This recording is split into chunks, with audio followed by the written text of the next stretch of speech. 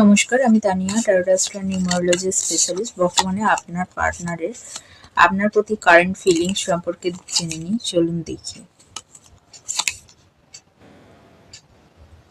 আচ্ছা, একটা উল্টানো কার্ড এসেছে, দেখতেই পাচ্ছেন। তার সাথে আছে ডেভিল কার্ড।